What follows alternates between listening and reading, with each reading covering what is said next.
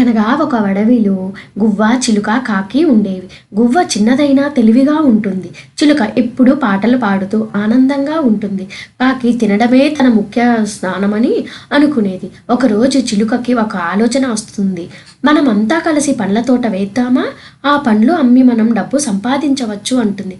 దానికి గువ్వ, బాగుంది, నేను సహాయం చేస్తాను. చిన్నదాన్ని అయినా బలంగా ఉంటాను. కానీ నాకు మాత్రం అయ్యో, నాకు అంత పని లేదే, నేను రెడీగా తినడానికి వస్తాను, మీరే చేసుకోండి అంటుంది.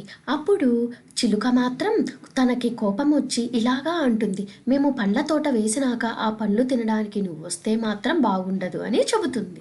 మిగతా రెండు పక్షులు కలిసి ఒక తోటలో కలుపు తీసి అలసిపోయి ఉంటారు. గువ్వ, చిలుక కష్టపడి నీళ్లు పోస్తారు, కలుపు తీస్తారు. కాకి మాత్రం ఎప్పుడు దూరంగా కూర్చొని తినే ఆలోచనలోనే ఉంటుంది. కొన్ని నెలలు గడుస్తాయి, చెట్లు పండ్లు వస్తాయి. కానీ కాకి మాత్రం ఏమీ చెప్పకుండా హాయిగా కూర్చొని చూస్తూ ఉంటుంది. వాళ్ళకి ఏమాత్రం సహాయం చేయదు. పాపం చిలుక మాత్రం కుండలతో నీళ్లు తెచ్చి ఆ చెట్లకి పోసి దాన్ని అభివృద్ధి చేసి పండ్లు కాయలు వచ్చేదాకా ఉంటుంది. పండ్లు రావడం చూసి కాకి, హొర్రే, ఇప్పుడు పండ్లు నా కోసమే, నేను ఎక్కువగా తింటాను. అది పండ్లు దగ్గరకు దూకుతుంది. కానీ గువ్వ, చిలుక అడ్డుకున్నారు. నువ్వు ఏమీ చేయకుండా ఎలాగ తింటావని అడుగుతుంది. అప్పుడు ఆ కాకి సిగ్గుపడి దలదించుకుంటుంది. గువ్వ, స్నేహం అంటే కలిసి కష్టపడడమే, నువ్వు కష్టపడకుంటే తినే హక్కు లేదు అంటుంది. చిలుక, అయినా నువ్వు నా స్నేహితురాలివి కాబట్టి పంచుకుంటాం, కానీ కష్టపడతాను అని మాట ఇవ్వాలి అని చెబుతుంది.